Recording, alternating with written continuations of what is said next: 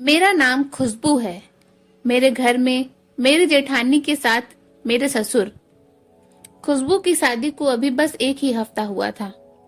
उसके पति का बहुत बड़ा बिजनेस था। उसके ससुराल में किसी चीज की कोई कमी नहीं थी। उसके पति को काम के सिलसिले में बाहर जाना पड़ा। खुशबू अपने ससुराल में खुद को बहुत ही अकेला महसूस कर रही थी। वह अपने कमरे में अकेली सोती थी। एक रात वो अकेली सो रही थी तो उसे कुछ आवाजें सुनाई दी, जैसे कोई औरत रो रही हो, पर उसने नजरअंदाज कर दिया। अगले दिन रात को उसे प्यास लगी तो वह पानी लेने के लिए अपने कमरे से बाहर निकली।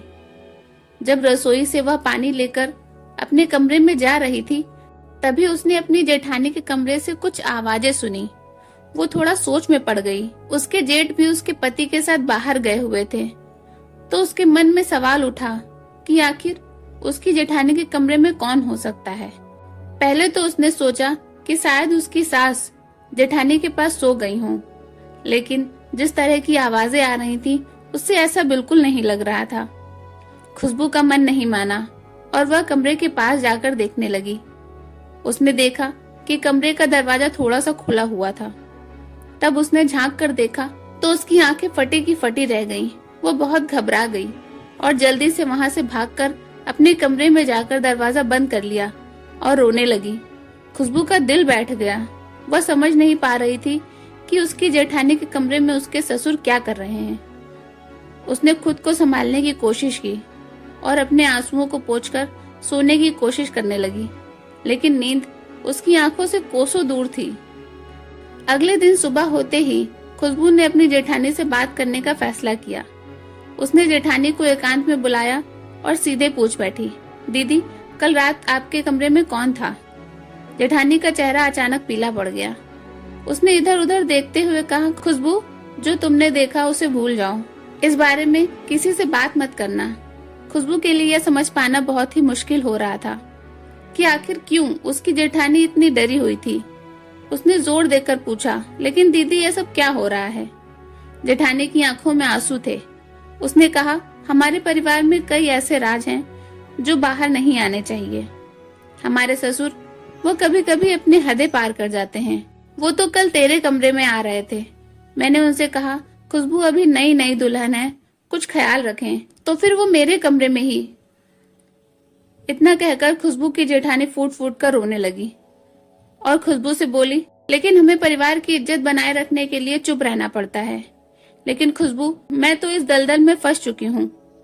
मैं यहाँ से निकलने के बारे में सोच भी नहीं सकती। तुम मेरी छोटी बहन की जैसी ही हो। तुम इस नरक से भाग जाओ। मैं नहीं चाहती कि तुम्हारे साथ कुछ भी गलत हो। खुशबू ने अपनी जेठानी से कहा, आपने मुझे अपनी छोटी बहन कहा है, तो आपको इस दलदल में छोड़कर मैं नहीं जा सकती। खुशबू के लिए यह सुनना बहुत मुश्किल था। उसने अपनी सास से बात करने का सोचा, तो उसकी सास ने भी यही कहा, यह हमारे परिवार का मामला है और हमें इसे बाहर नहीं जाने देना चाहिए। हम औरतों को कुछ बातें सहनी पड़ेंगी। खुशबू के लिए यह स्थिति असहनीय हो गई थी। वह सोचने लगी कि क्या वह इस परिवार का हिस्सा बनकर कभी खुश रह पाएगी। उसने फैसला किया कि वह इस अन्याय के खिलाफ आवाज उठाएगी, चाहे उसे कोई समर्थन न मिले।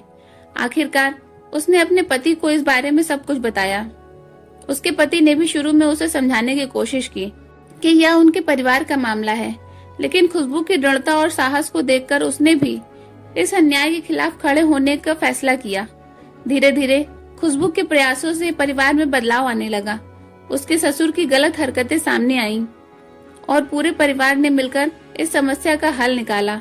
खुशबू ने यह साबित कर दिया कि एक अकेली आवाज भी बड़े बदलाव ला सकती है। इस घटना ने खुशबू के परिवार को झकझोर कर रख दिया, लेकिन खुशबू के साहस ने यह दिखा दिया कि सच के लिए लड़ना कभी व्यर्थ नहीं होता। दोस्तों, उम्मीद करती हूँ कि आपको हमारी कहानी पसंद आई होगी। कहानी पसंद आई हो तो वीडियो को लाइक करें। चैनल पर नए हैं तो चैनल को सब्सक्राइब करें और हाँ, नोटिफिकेशन बेल जरूर दबाएं ताकि अगली कहानी सबसे पहले आपको मिले।